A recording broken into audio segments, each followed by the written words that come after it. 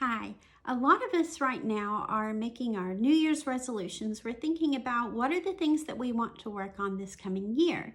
For a lot of us, we want to get in touch with and start living the purpose that God has for us.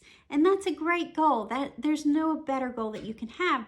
But in order to achieve this, to make it a reality, you have to do a few certain things. And there are three basic things that you must do, and they're just broad categories. You must have a vision. You must have motivation. You must have dedication.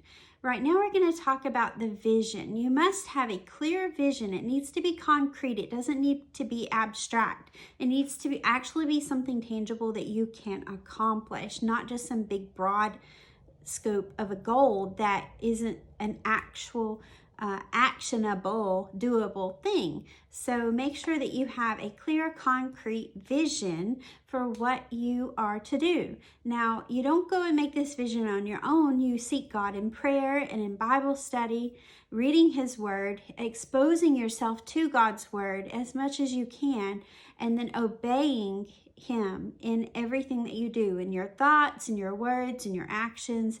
Obey Him, and He's going to honor the request that you have to know His will and to live His will. He's going to help you with that. He's going to make it clear to you, and He's going to help you do it. But you need to understand it has to be a clear vision. It can't just be abstract. I want to do better. I want to live for God. What are you going to do to live for God? You have to put legs on that. All right, I want to read to you in Habakkuk chapter 2, verses 1 through 3. I will set upon my watch and set me upon the tower, and will watch to see what he will say unto me, and what I shall write when I am reproved. And the Lord answered me and said, Write the vision and make it plain upon the tables, that he may run that readeth it. For the vision is yet for an appointed time, but at the end it shall speak and not lie. Though it tarry, wait for it, because it will surely come. It will not tarry. So some of you might feel like, I've been asking God the same question for so many years, and I still don't know exactly what He has for me to do. I'm in my 40s, I'm in my 50s, I'm in my 60s or my 70s, and I still don't know for sure that I'm living God's will for my life.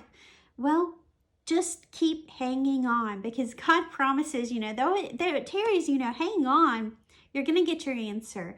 And here Habakkuk, this was for himself and for him to lead others. So everything that you do has a domino effect. In some way or another, you are going to affect others with your choices. So be mindful of that as you pray and seek God in His will for your life. Know that whatever God has for you to do, you are going to impact and influence other people.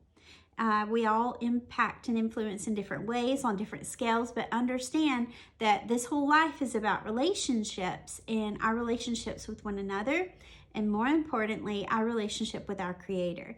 So I am praying for you to have clarity and have a concrete vision for what God has for you to do and live for Him this new exciting year.